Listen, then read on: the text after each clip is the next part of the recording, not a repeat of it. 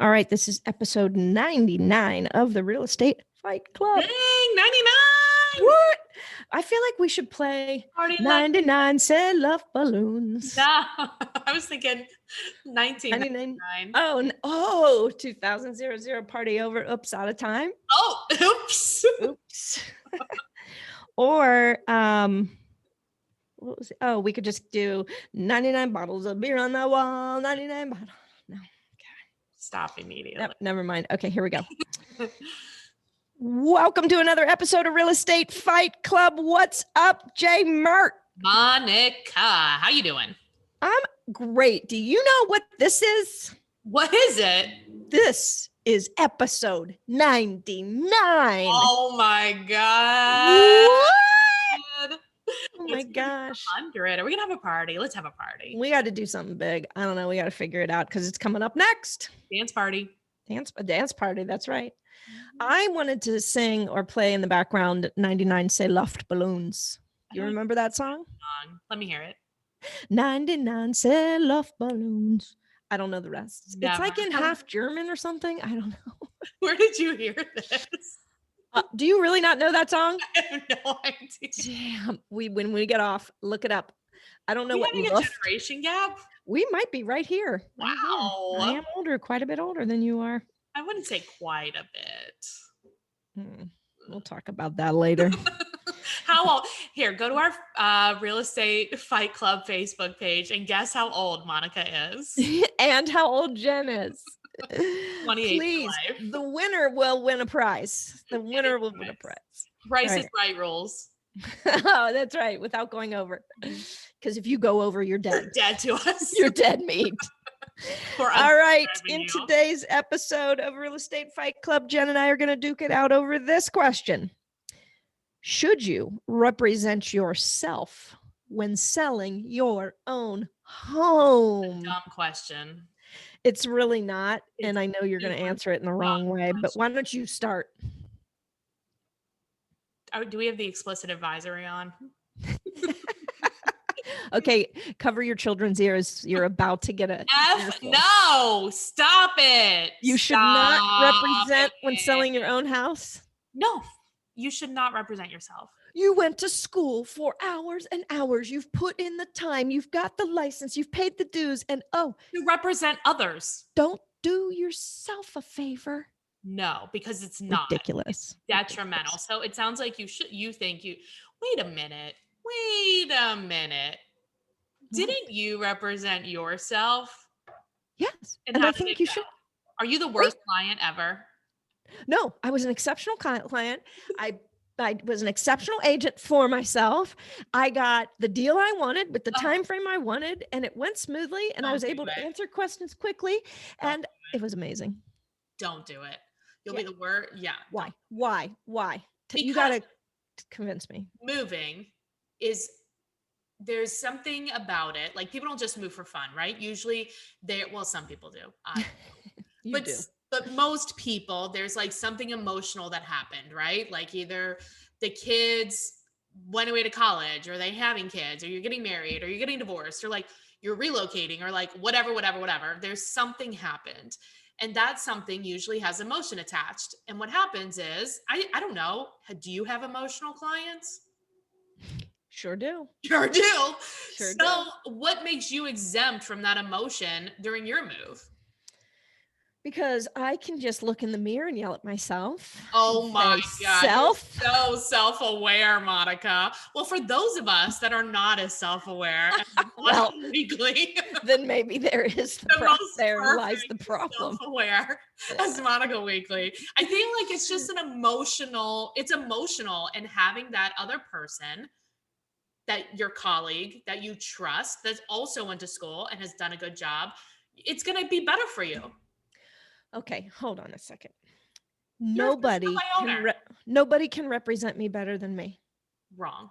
Nobody. Okay, sale by owner. I wouldn't want to trust another agent to talk to that other agent in a way that's appropriate for me, or answer the question. Like, I'm best. Why should for sale by owners use a agent?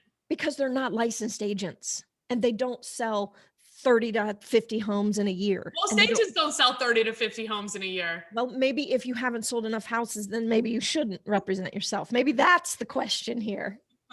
I don't know. But why would I pay somebody to do something that I am good at? You're great at it. Oh, great. That's not the question. It's not your ability to complete the work. It's everything else. Just doing you are not a transactional agent. How are we fighting about this? How is that transactional? It's the most personal deal ever. It's total relational to me. Exactly why you shouldn't represent yourself. But then it's not transactional. You mean relational? It is relational. That's why you get your friend who's a great agent, just like you, or better, or whatever, right? To help you with this process, because you are too deep in it. What are they able to do that I'm not able to do? What are they able to do? You're too attached. What if I'm not? You are. Why are you moving? I've sold, I don't know, 3 or 4 of my own homes and never have had a problem. Well, that's really great. That's really, I don't know. I disagree. Look, let me say this. I've sold a number of homes and I always have, well, Alan, represent me. That's just because you don't want to do the work. That's not even true. That is true. I'm just kidding. Now listen here. If I had to hire somebody, I would hire you to sell my house. Like, I'm not afraid of, I know who the good agents are. Mm-hmm.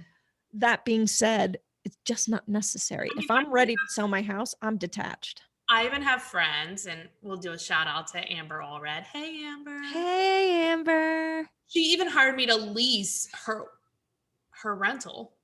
Like, people, I just think you need that other layer just in case. I don't know. What do your grandparents say? I think we're going to agree to see things differently. I think that's what's happening. I don't think we're convincing each other we're not. at all. I think it's effing stupid. Stop it. I will never stop it. I will always. I will never stop. I will never stop. I won't stop representing myself in the greatest transaction of my life. My owner in the world. Like, are you afraid that you'll net less money? No, because I know how to price a house. You just don't think that, well, price is not everything, right? Price is a lot. It's a lot, but negotiation skills are a lot too. And I know how to negotiate on my behalf. I know what I'm willing to give up. I know what I won't move on. I'm willing to walk away. You've been too emotional to make a decision, any decision, not about a house. Here's the honest truth. I am a decision maker. Like, I don't have problems making decisions. I often make them too quickly. Like, I don't have I will bump and run. So I'm too quickly. What do you lose? I just don't live my life like that. I make a decision and then I make it the right one until it's not. And then I make another one. I'm being honest. So maybe if there's somebody back on that, and sometimes when you're selling a house, it's not like you can go back. Like, once you make a decision, like, that's it. I'm just if you made it too quickly, and then you think for a little bit longer and you realize you made it too quickly, I would think that it would have been nice to have that sounding board of somebody to be like, hey, what about this? Did you think about this? Whatever. Somebody who's detached from the outcome of the sale of the house. Do you think an agent selling my house for me would actually have the nerve to stand up to me in that way and push back? You would hire me, right? Yeah, that's right. That's true. I mean, right? Like, and I mean, anybody that you would hire, me or whoever, would fight for what you wanted. Mm-hmm. And I see what you're saying. You're saying, well, nobody cares more about what I want than me. And that's why I can remember. But that's not true. You care about what your clients want. Yep. As much as they do. But I don't need a double layer of caring. I just need one layer of caring. And I've got it. But what you're bringing to your clients is, it's not just that you have a license. You're bringing like a whole perspective to help them get what they want. And that's what a realtor would do for you, even though you're saying, I don't even know what I'm not aware of what I'm even missing by doing that, is what your point is. Yes. Okay. I don't know. I'm just saying, try it. Can I have a break? Yes. Let's head back. Let's go back to our corner. We'll take a short break, hear a word from our partners, and when we return, we'll have the final punches. Doo-doo. If you are not watching this on YouTube, you have got to go see how Monica fights. She just threw some weird punches, and I'm gonna do, hey, what's that group funding site? GoFundMe? GoFundMe for boxing classes. All right. Welcome back. Let's get back inside the ring and close out our final round. But first, Jen, please tell me you've discussed this with somebody else. What are we doing on this? Oh, yeah, baby. We got a great guest. Okay. Can't wait to see how they side with me. I mean, how they feel about things. Yep, you'll have to listen. All right. Give me your 1-minute argument why you should never sell your own house. Because, I mean, it seems obvious to me. I'm confused, but like, we don't think that people should sell their house on their own. Why should you? And try to really think, do you actually think that people should sell their house on their own? And if you think no, then really think why. And do you bring that, would another agent, one of your colleagues, bring that value to you? I argue yes.